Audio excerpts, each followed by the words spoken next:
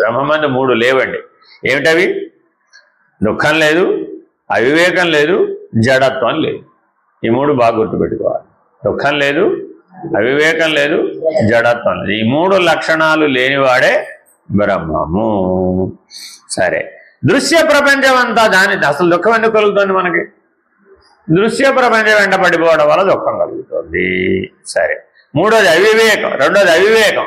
దుఃఖం ఎందుకు కలిగిందంటే దృశ్య ప్రపంచం వల్ల కలిగింది. ఆ దృశ్య ప్రపంచాన్ని ఆసక్తం అవడం వలన దుఃఖం కలిగింది.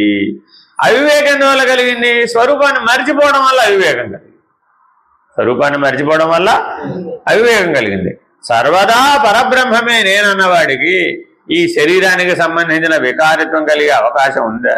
లేదు కదా. దేహాభిమానం కలిగే అవకాశం ఉందా? లేదు కదా. ప్రపంచాభిమానం కలిగే అవకాశం ఉందా? లేదు కదా. కాబట్టి అటువంటి అభిమాన దూరుడైనటువంటి వాడు శరీరం లేదు, శరీరమే ఆరోపితము, ఇది కేవలం పైన వస్త్రం లాంటిది, పనిముట్టు లాంటిది అని తెలుసుకున్నటువంటి వాడికి ఏ భ్రాంతి లేదు. మూడవ లక్షణం అదేమిటి? దుఃఖం లేదు, అవివేకం లేదు, జడత్వం. జడత్వం అంటే ఏమిటి? తనంతట తాను కదలలేదు, ఎవరైనా వచ్చి కదిలిస్తే కదులుతుంది. జడత్వం అంటే ఏంటి?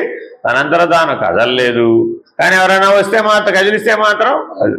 కానీ బ్రహ్మం అలా కాదే, అది స్వయంగా కదలదు, ఎవరైనా కదిల్చినా అసలే కదలదు.